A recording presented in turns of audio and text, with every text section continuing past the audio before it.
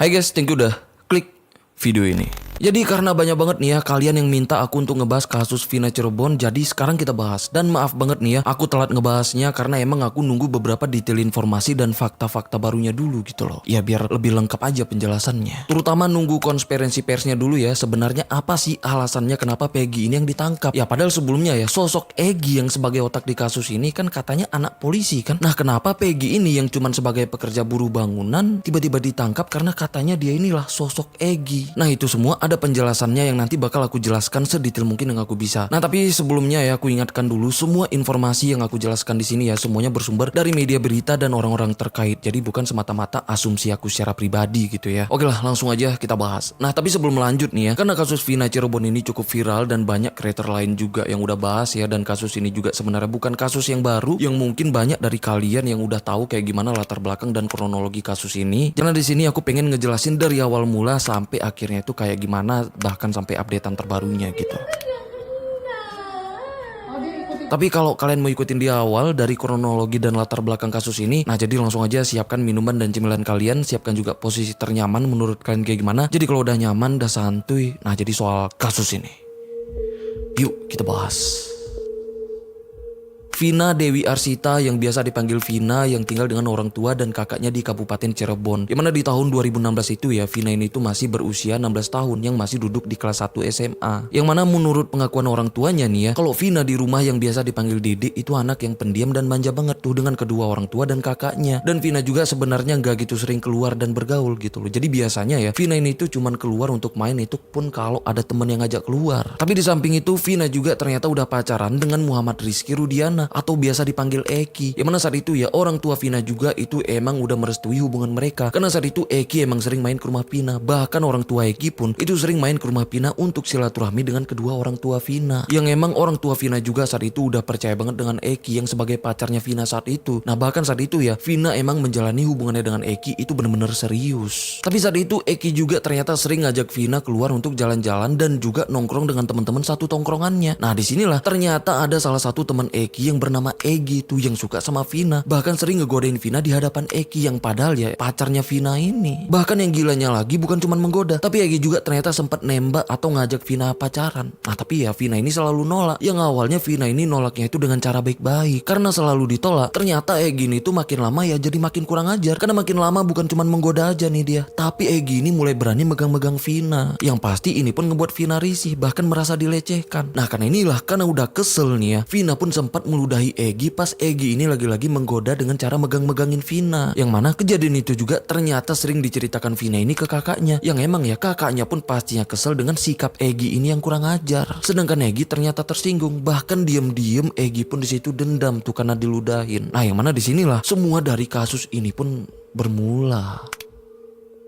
Jadi di tanggal 27 Agustus tahun 2016, tepatnya di malam minggu jam 7 malam, Vina ini tuh sempat pamit ke kakak dan bapaknya di rumah. Ya karena saat itu ibunya sedang ada di rumah karena sedang kerja di Malaysia. Yang mana Vina ini pamit mau jalan-jalan keluar dengan Eki yang sebagai pacarnya. Nah karena keluarganya juga yang udah percaya dengan Eki, jadinya ya kakaknya pun ngizinin. Dan di jam 7 malam Vina dan Eki pun berangkat jalan-jalan menggunakan motor. Terus di jam 10 malamnya karena Vina yang masih belum pulang, bapak dan kakaknya di rumah ya itu sebenarnya udah resah. Sempat berusaha menghubungi Vina juga ya tapi nggak dijawab. Terus setelah ditunggu beberapa jam akhirnya ya di tengah malamnya nih bapak dan kakaknya Vina pun itu dikagetkan. Karena saat itu salah satu teman laki-laki Vina itu mendatangi rumah Vina di jam 1 malam untuk sampein yang katanya ya kalau Vina ngalamin kecelakaan. Yang saat itu ya Vina ini itu udah ada di rumah sakit. Karena ini kakak dan bapaknya Vina pun saat itu juga itu langsung ke rumah sakit. Nah di sana ya mereka sempat ketemu dengan Vina dengan kondisi yang udah kritis tapi masih hidup. Tapi pas bapak dan kakaknya berusaha manggil Vina, di situ dia udah nggak ngerespon lagi. Yang akhirnya nggak lama kemudian ya Vina pun akhirnya berhenti bernafas di rumah sakit dengan kondisi luka di tubuhnya yang cukup parah. Karena berdasarkan pengakuan bapak dan kakaknya Vina pas ngelihat Vina di rumah sakit nih ya, kondisi kepala bagian belakangnya itu katanya udah membengkak bahkan melunak. Nah jadi gambarnya itu kayak balon yang diisi air.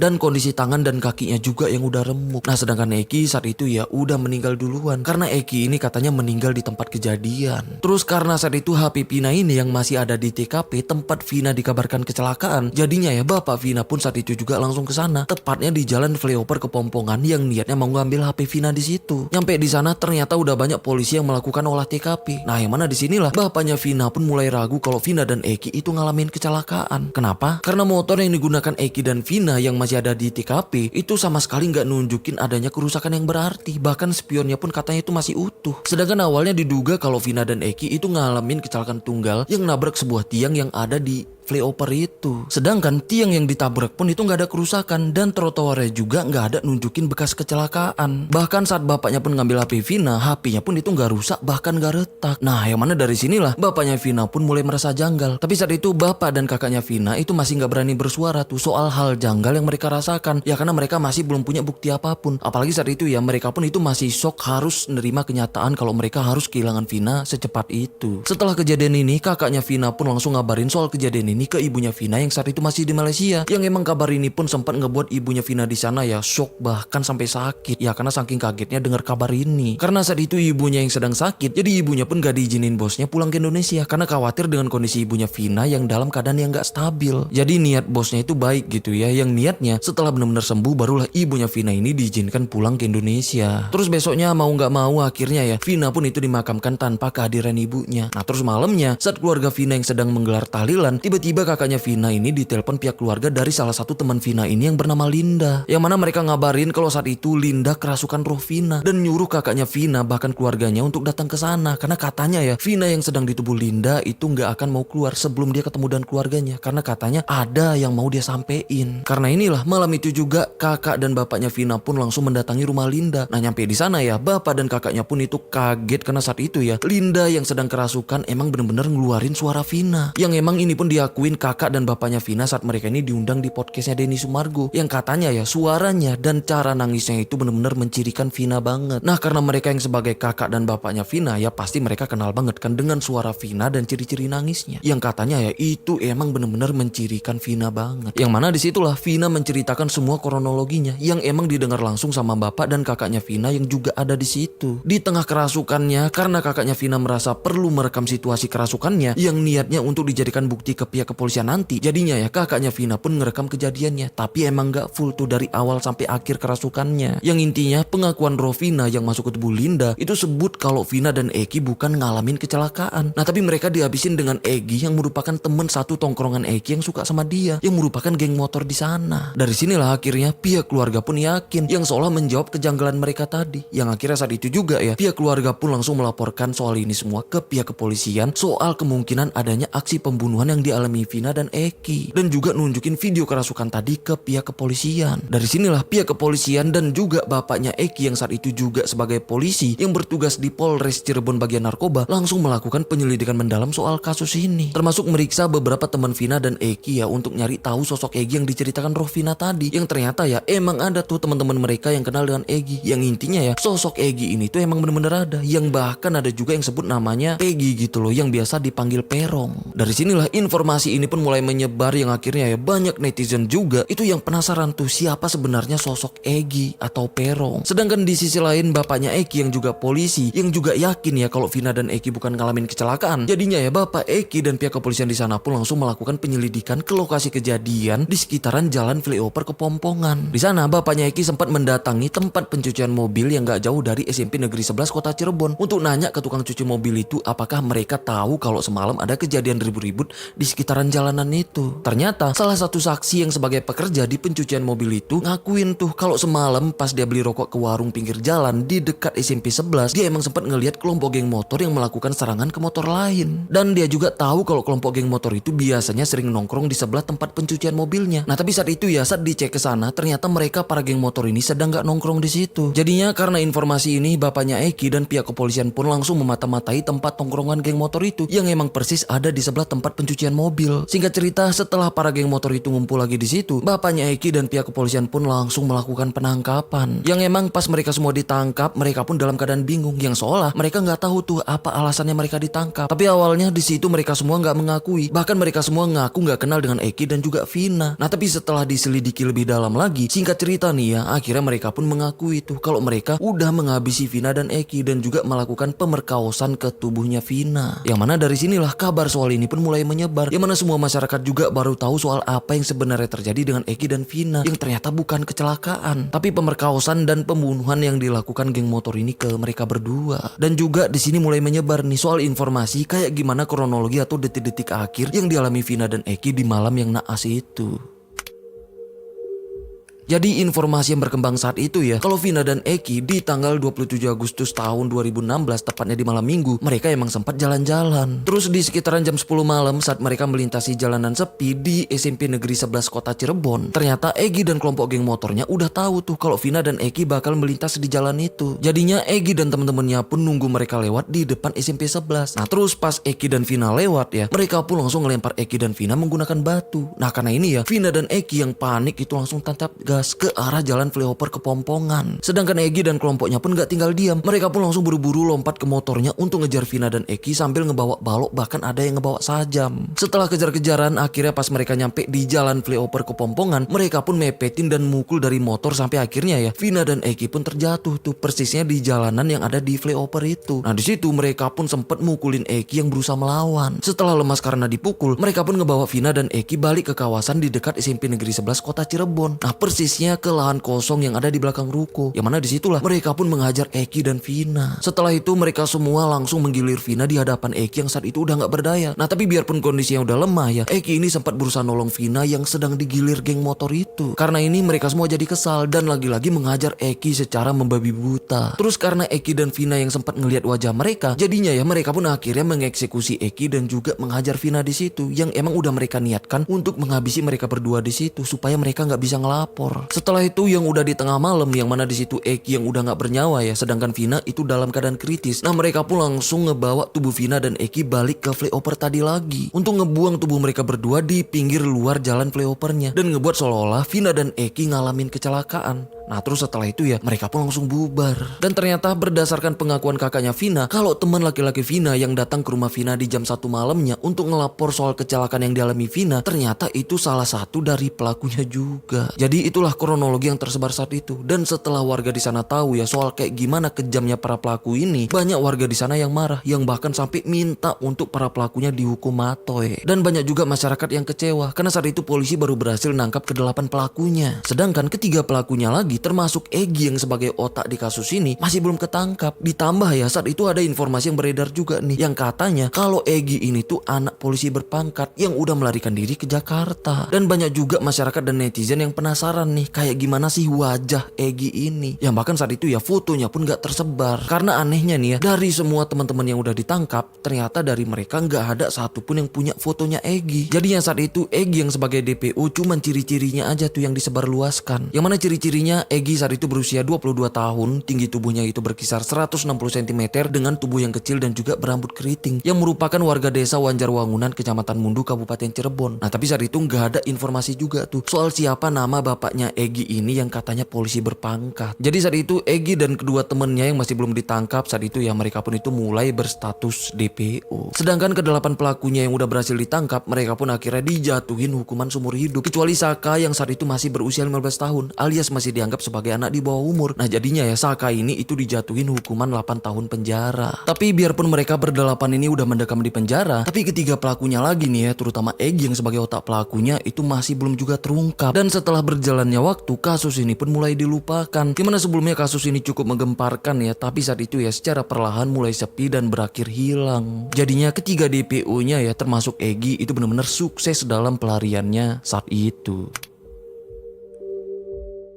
Setelah 8 tahun kasus Vina ini berlalu, akhirnya nih ya di tahun 2024 ini, karena film yang menceritakan Vina tayang di tahun 2024 ini ya, jadinya kasus Vina ini pun lagi-lagi viral. Dan juga semuanya mulai menanyakan kenapa ketiga pelakunya yang sampai di tahun 2024 ini itu belum ditangkap. Terutama otak pelakunya yang bernama Egi, yang katanya ya Egi ini tuh anak polisi berpangkat yang justru kabur ke Jakarta. Terus karena kasus ini heboh lagi sampai dibahas di mana-mana, sampai seluruh netizen di Indonesia yang simpati dengan Vina dan Egi yang sebagai korban kelompok geng motor sadis ini ya, itu bener-bener nuntut pihak kepolisian untuk nangkap pelakunya. Tapi nggak lama kemudian netizen pun dikagetkan dengan munculnya foto ini yang dianggap sebagai Egy. Dan setelah itu ya, pihak kepolisian juga itu dengan cepat berhasil menangkap Egy yang saat itu bernama Peggy Setiawan yang biasa dipanggil Perong. Yang mana Peggy ini berhasil ditangkap di suatu rumah kosan yang ada di suatu desa di Kabupaten Bandung, yang ditangkap di tanggal 21 Mei kemarin tuh, tepatnya di jam 6 sore, yang ditangkap setelah dia ini tuh pulang kerja sebagai buruh bangunan. Sedangkan di sisi lain rumah Peggy yang ada di Cirebon, persis yang di dalam kawasan perkebunan wilayah Simaja yang ada di Kecamatan Talun Kabupaten Cirebon, juga digeledah pihak kepolisian. Yang mana ini pun ngebuat ibunya Peggy dan juga adik-adiknya kaget dengan kedatangan polisi ke sana untuk sampein kabar soal ini, dan juga datang untuk menggeledah rumah mereka. Karena ini ibunya yang kaget saat itu juga langsung berangkat ke Polda Jawa Barat yang ada di Bandung untuk nemuin Peggy yang saat itu udah ditahan. Sedangkan di sisi lain, kabar soal penangkapan Peggy ini pun benar-benar ngebuat kita di seluruh Indonesia kaget karena begitu cepatnya penangkapan Peggy ini setelah viral. Jadinya banyak netizen yang menanyakan kenapa Peggy ini nggak bisa ditangkap selama 8 tahun tuh yang berstatus sebagai DPO, tapi dengan gampangnya bisa ditangkap setelah kasus ini viral lagi. Dan semuanya ya mulai bertanya-tanya, apakah bener nih yang ditangkap itu benar-benar pelakunya atau gimana? Sampai disinilah isu mengenai salah tangkap pun mulai bermunculan. Setelah penangkapan Peggy, ternyata masih banyak nih netizen yang belum puas karena banyak yang berasumsi alias berkonspirasi nih ya kalau Peggy yang sebenarnya bukan sosok Egy. Karena sebelumnya informasi soal ciri-ciri Egy yang udah beredar sejak tahun 2016 lalu yang menyatakan kalau Egy ini berambut keriting. Nah, tapi di foto ini kalau Peggy ini tuh sama sekali nggak keriting. Dan juga ada informasi yang sebut kalau Peggy ini tuh bukan geng motor dan dia ke Bandung itu bukan untuk melarikan diri, tapi dia ke Bandung itu untuk merantau bekerja sebagai buruh kuli bangunan yang saat itu sebagai tulang punggung untuk ibu dan adik-adiknya di Cirebon. Bahkan adik-adiknya pun gak nyangka dengan penangkapan ini karena menurut adiknya ya kalau Peggy ini tuh orang yang baik yang gak mungkin bisa melakukan itu semua. Terus setelah itu pihak TV One juga itu sempat mewawancarai ibunya Peggy secara eksklusif dan kayak gini nih pengakuan ibunya Peggy soal Peggy yang ditangkap pihak kepolisian. Peggy merasa tidak bersalah, tapi Peggy dituduh sebagai pembunuh Vina, sedangkan Peggy tidak melakukan kejahatan apapun. Mama yang ikhlas kalau Peggy jadi meninggal saat ini juga. Peggy mati syahid karena Peggy difitnah sama orang yang berduit. Peggy rela dan Peggy ridho, semoga nanti Peggy masuk surga. Anak saya berpesan begitu. Sampai saya pulang dari Bandung sampai di perjalanan tanya sama ibu, nangis terus, saya nggak pernah berhenti. Dikasih makan sama ibu, saya nggak makan sampai sekarang. Terus di situ juga Sugianti Iriani yang sebagai kuasa hukum Peggy juga nganggap adanya kejanggalan dengan penangkapan Peggy ini. Karena menurut kuasa hukumnya ternyata di tahun 2016 lalu rumah Peggy ini sempat digerebek pihak kepolisian. Tapi saat itu ibunya Peggy jawab ke polisi kalau Peggy saat itu sedang merantau ke Bandung untuk kerja sebagai kuli bangunan. Terus yang jadi pertanyaannya menurut kuasa hukumnya nih ya, kalau emang polisi yakin kalau Peggy sebagai pelakunya, kenapa nggak dari tahun 2016 lalu pihak kepolisian melakukan pengejaran dan penangkapan ke Peggy? Kenapa setelah kasus ini viral lagi pihak kepolisian pun langsung menangkap Peggy? Nah, itulah kejanggalan yang dirasakan kuasa hukum Peggy ini. Jadinya karena inilah semuanya jadi bertanya-tanya, kenapa Peggy ditangkap? Apakah emang dia pelakunya? Apakah emang dia yang sebagai sosok Egy yang sebenarnya? Atau jangan-jangan Peggy cuman jadi tumbal? Gimana nih menurut kalian? Karena kasus ini yang makin hari makin menggemparkan, akhirnya muncul lagi nih pengakuan dari salah satu pelaku yang bernama Saka. Yang sekarang Saka ini udah bebas dari penjara sejak tahun 2020 lalu. Kalau mungkin kalian lupa, Saka ini satu-satunya pelaku yang dijatuhin hukuman paling ringan, yaitu cuma 8 tahun penjara. Karena saat itu Saka ini tuh masih berusia 15 tahun alias masih dianggap sebagai anak di bawah umur. Nah, sekarang Saka ini udah berusia 23 tahun. Yang mana biarpun dia udah bebas ya, Saka ini tuh masih tetap ngakuin gak bersalah di kasus Vina ini. Dan juga ngakuin kalau dia juga ini korban salah tangkap yang dilakukan oknum kepolisian. Karena berdasarkan pengakuannya baru-baru ini di acara Catatan Demokrasi di TV One, di sana dia menceritakan tuh kayak gimana kronologinya dia bisa sampai ditangkap. Jadi pengakuannya nih ya, di malam kejadian Saka ini katanya sedang ada di rumah, yang bahkan dia pun masih punya saksi yang masih bisa memberikan kesaksian kalau di malam kejadian Saka ini tuh bener-bener ada di rumah. Nah, mungkin lebih detailnya ya, kalian simak aja nih video pas Saka ini menjelaskan kayak gimana dan apa yang dia alamin. Bisa cerita seingat Saka Tata kejadian 8 tahun lalu? Pas penangkapan. Pas penangkapan saya baru bangun tidur sore, main ke rumah nenek saya. Ada adiknya si Eka Sandi. Eka Sandi itu paman saya yang di dalam. Minta mengantar isi bensin. Awalnya saya tidak mau. Tapi saya, sekalian mau main bola juga. Ya udah saya mau. Habis itu saya ngisi bensin. Selesai ngisi bensin, motornya pun minta dikasihin ke Eka Sandi. Eka Sandi berada di SMP 11. Pas saya mau ngasihin, golongan Eka Sandi yang lainnya udah ditangkap. Saya nyamperin situ. Tanpa penjelasan apapun, saya juga ikut ditangkap. Nyamperin pamannya Saka. Iya, Oke. Tanpa ada penjelasan apapun, tanpa penjelasan apapun. Sakat sempat membantah waktu di TKP. Pak, saya nggak bersalah atau apa? Ada kalimat-kalimat tersebut yang keluar? Saya pernah bertanya, Pak, salah saya apa? Nggak ada keterangan apapun, langsung dibawa. Langsung dimasukin ke mobil. Saka, sebenarnya kami miris mendengar ini. Kalau memang Saka tidak bersalah sama sekali, kenapa Saka mau menerima hukuman itu? Kenapa Saka mau sampai dijebloskan ke penjara? Karena terpaksa, saya waktu ditangkap saya dipukulin sama polisi. Diinjak-injak, disiksa, disetrum. Walaupun saya dikasih makan kayak binatang, dilempar nasi ke lantai. Nasi itu acak-acakan di lantai, suruh dimakan, kalau nggak dimakan dipukulin lagi. Yang melakukannya siapa, Saka? Polisi, Polresta Cirebon. Dan sampai suruh minum air kencing. Yang 1 liter yang bakal gede tuh. Suruh minum semuanya yang ada di situ. Tapi isu salah tangkap ini nggak cuma nyampe di Saka aja. Ternyata pengakuan orang tua pelaku lainnya yang juga sempat mengakui di wawancara secara eksklusif di acara Rakyat Bersuara. Di sana mereka ngakuin kalau anak-anak mereka itu bukan geng motor, karena anak mereka itu semuanya kuli bangunan yang cuma menggunakan motornya ya untuk pergi kerja aja. Dan pengakuan mereka juga nih ya, di malam kejadian anak-anak mereka emang sedang ngumpul. Yang awalnya mereka ini ngumpulnya di depan warung milik Bu Nining yang letaknya itu nggak jauh dari rumah mereka. Terus karena mereka ini pas ngumpul berisik, jadi Bu Nining ini nyuruh mereka pindah. Yang akhirnya mereka pun pindah nongkrong sambil makan gorengan di depan rumah Pak RT. Yang intinya ya, pengakuan orang tua pelaku bahkan kuasa hukumnya kalau mereka nggak ada di lokasi kejadian saat itu. Dan di situ juga mereka pun ngakuin kalau anak-anak mereka itu sempat ngalamin penekanan bahkan siksaan secara fisik yang dilakukan oknum saat mereka diperiksa. Salah satunya pengakuan dari ibunya Hadi Saputra yang sebagai salah satu pelaku. Yang mana Hadi ini katanya sempat disetrum bahkan kepalanya dipukul menggunakan gembok oleh oknum polisi. Dan juga ibunya Supriyanto pun ngakuin kalau anaknya juga sempat disiksa dengan memasukkan puntung rokok ke lubang kupingnya. Karena awalnya mereka para pelaku ini tuh nggak mau mengakui tuduhan itu. Sampai akhirnya ya, karena tekanan ini mereka pun terpaksa mengakui. Karena ini perwakilan pihak kepolisian di situ ya, Komjen Pol Ito Sumardi yang juga hadir di acara itu, yang juga dengar secara langsung pengakuan orang tua pelaku tadi, juga sebut kalau Polri itu akan melakukan pemeriksaan tuh ke oknum-oknum polisi yang melakukan tekanan dan penyiksaan ke mereka. Yang bahkan katanya pihak Polri akan menindak tegas kalau emang nantinya terbukti kalau mereka yang sebagai pelakunya ini sempat ngalamin tekanan. Tapi kayak gimana pun ya, pengakuan dari orang tua pelaku ini itu hanya sebuah pengakuan secara sepihak yang kebenarannya itu masih belum bisa kita buktikan gitu ya. Itu bener apa enggak? Bisa jadi bener,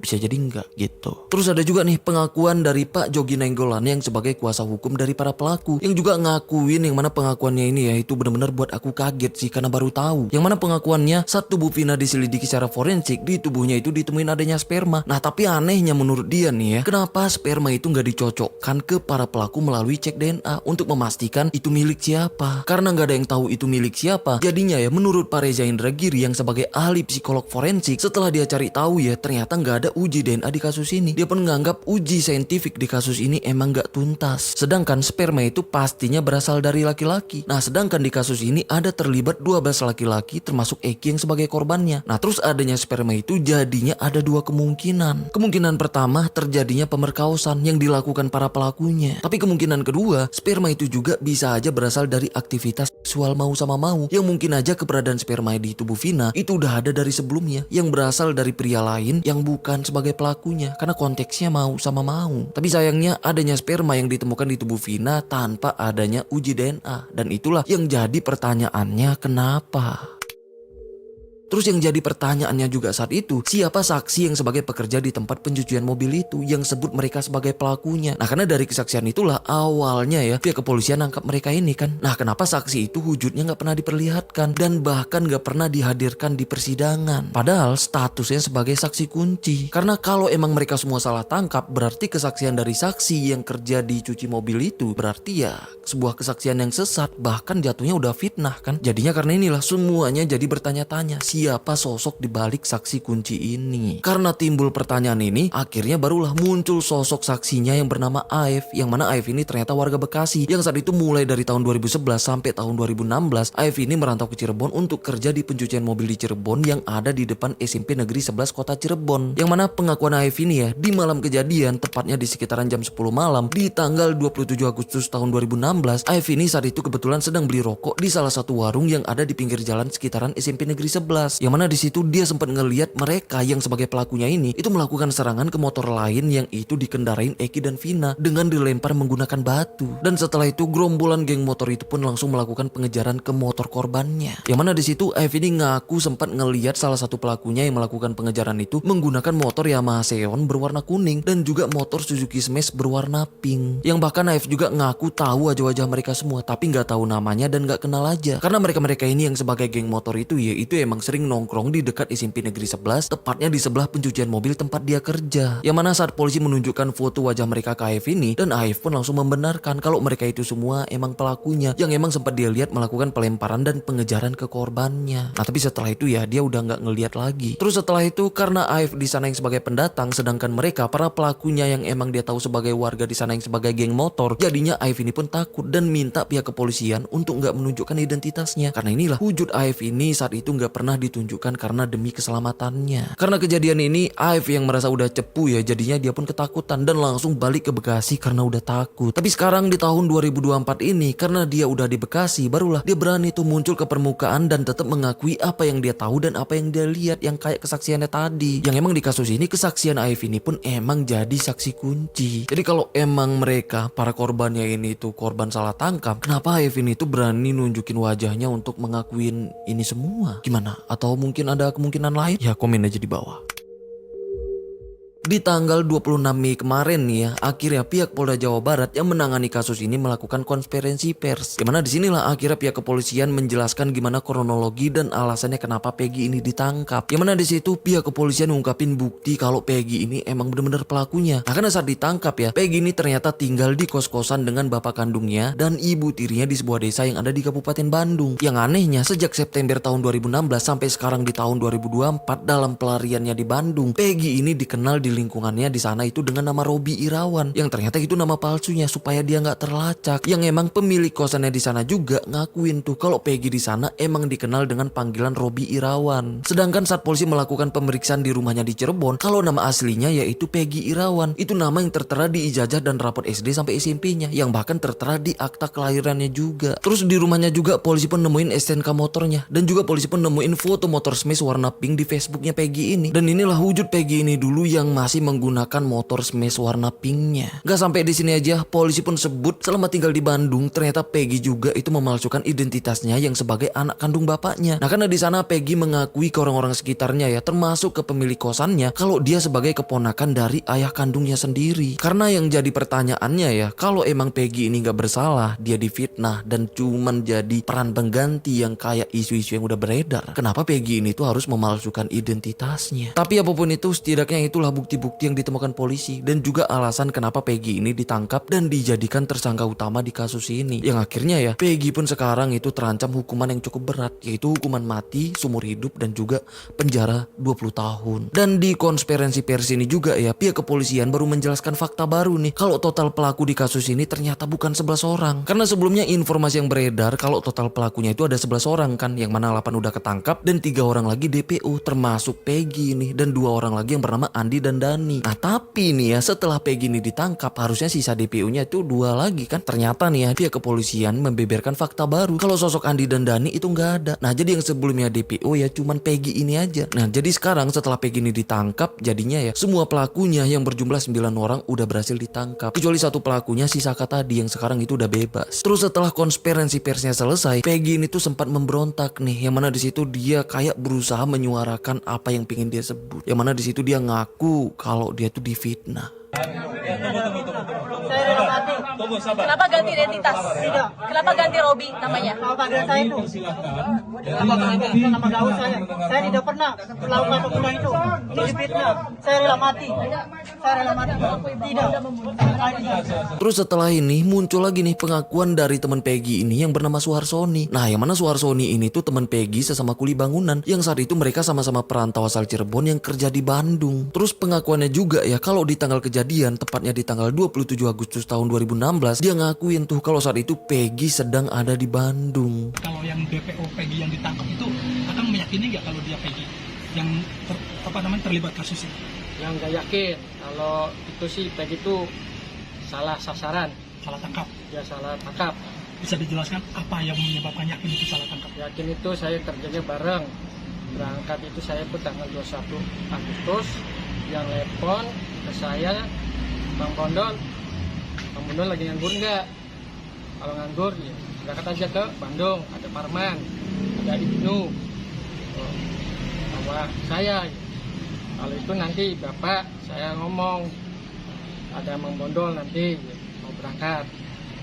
Saya kan nanya sama siapa? Sama Robi, adik saya, udah pernah yang kerja di situ. Dan saya tanya ke Robi, berangkat mau nggak? Mau, tanggal 21. Terus sampai sana, kerja di Bandungnya saya lupa namanya, ke rumahnya, bikin rumahnya Pak Aceng. Terus saya di sana cuma 1 minggu. Pas gajian tanggal 27 Agustus 2016, saya pulang, nggak peka. Saya ngomong sama Peggy, Arman, Ibnu, sama Robi. Man, Peg, saya nggak percaya, saya mau pulang. Ngomongin sama Pak Rubinya. Ya nanti gampang. Yo, ya Bang Bondol, saya nganter sampai di jalan raya aja ya, naik angkot. Sampai udah angkot datang, saya naik, yang nganter Robi, Ibnu, sama si Peggy. Tanggal berapa kan? Dia tanggal berapa kan? Tanggal 27 Agustus Jam? tahun 2016. Jamnya? Sekitar jam 8 saya naik angkot. Di Bandung ya? Iya, Jam 8 pagi apa malam? malam. Jam 8 malam. Malam habis gajian. Gimana menurut kalian? Tapi bukan cuma itu aja, karena ada juga nih pengakuan dari tetangga Peggy di Cirebon yang ngakuin ya kalau setahu dia Peggy itu udah merantau sejak tahun 2014 untuk kerja sebagai buruh kuli bangunan. Terus posisinya waktu kejadian 2016 tuh setahu saya tuh dia tuh udah nggak di sini ya, nggak ada di sini. Oh, berarti saat kejadian 2016 itu setahu Ibu Peggy lagi merantau. Iya, lagi merantau di sini.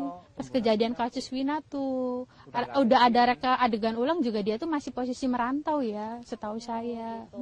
Jadi saat memang Peggy ini orangnya suka merantau dari lama ya, dari saat 2016 justru ya Bu ya? Lebih dari situ 15-14 sebelum 2016 dia juga udah pergi merantau, jarang tinggal tetap di sini. Tapi itu Ibu tahu nggak dia merantaunya tuh pergi ke mana? Apakah benar informasinya di Bandung? Ke Bandung kalau nggak salah ikut bapaknya. Sekarang 8 tahun setelah semuanya terjadi di tahun 2024 ini ya, di tengah-tengah kehebohan kasus Vina ini, tiba-tiba tersebar di media kalau Linda katanya kerasukan roh Vina lagi. Yang mana rekaman kerasukannya ini yaitu diupload di Instagramnya Hotman Paris Official. Coba deh kalian lihat rekamannya. Oh, yang jejak backpacker itu ya? Ya, sini suara yang jejak backpacker Mel-Mel itu. Namanya bukan Mel-Mel. Apa namanya? Nggak tahu, tapi itu bilang kan yang kena. Oh, dia ikut-ikutan juga salah satunya? Ya. Oh, gitu. Telah lagi itu suaranya. Minta keterangan ke dia. Itu beda pasti. Dia berbelit-belit, dia yang lakuin. Dia ngapain Vina? Dia ngapain Vina? Ikut pukulin, ikut perkosa. Oh gitu.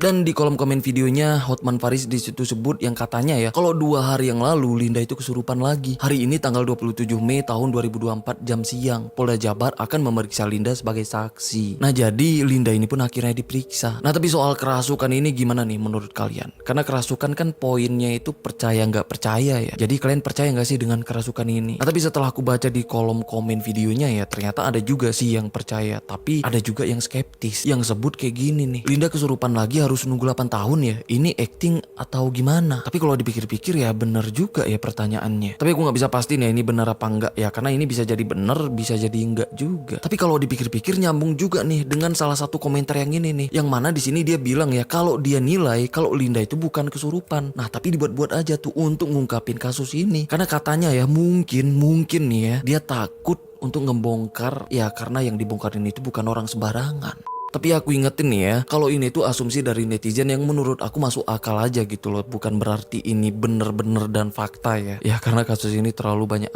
asumsi sih ya memang. Tapi apapun itu harapan aku nih ya, kalau emang ini sebagai petunjuk untuk mengungkap kebenaran, semoga secepatnya bisa terungkap secara tuntas dan transparan. Demi keadilan untuk semuanya, terutama untuk korban di kasus ini yaitu Vina dan Eki dan juga seluruh keluarga mereka. Oke lah, sampai sini aja pembahasan kita soal kasus ini. Apapun itu dari kasus yang dialamin Vina dan Eki ini, semoga bisa jadi pembelajaran untuk kita semua. Jadi kita cukup tahu aja, amit-amit jangan sampai ngalaminnya langsung. Ya semoga kedepannya nggak ada Vina dan Eki lainnya yang harus ngalamin yang kayak mereka alamin sih. Oke lah, sampai sini aja, sampai ketemu di kasus selanjutnya karena aku udah siapin beberapa kasus yang kayaknya harus kita bahas di sini juga. Oke lah, aku Rizka Wadiono, bye bye.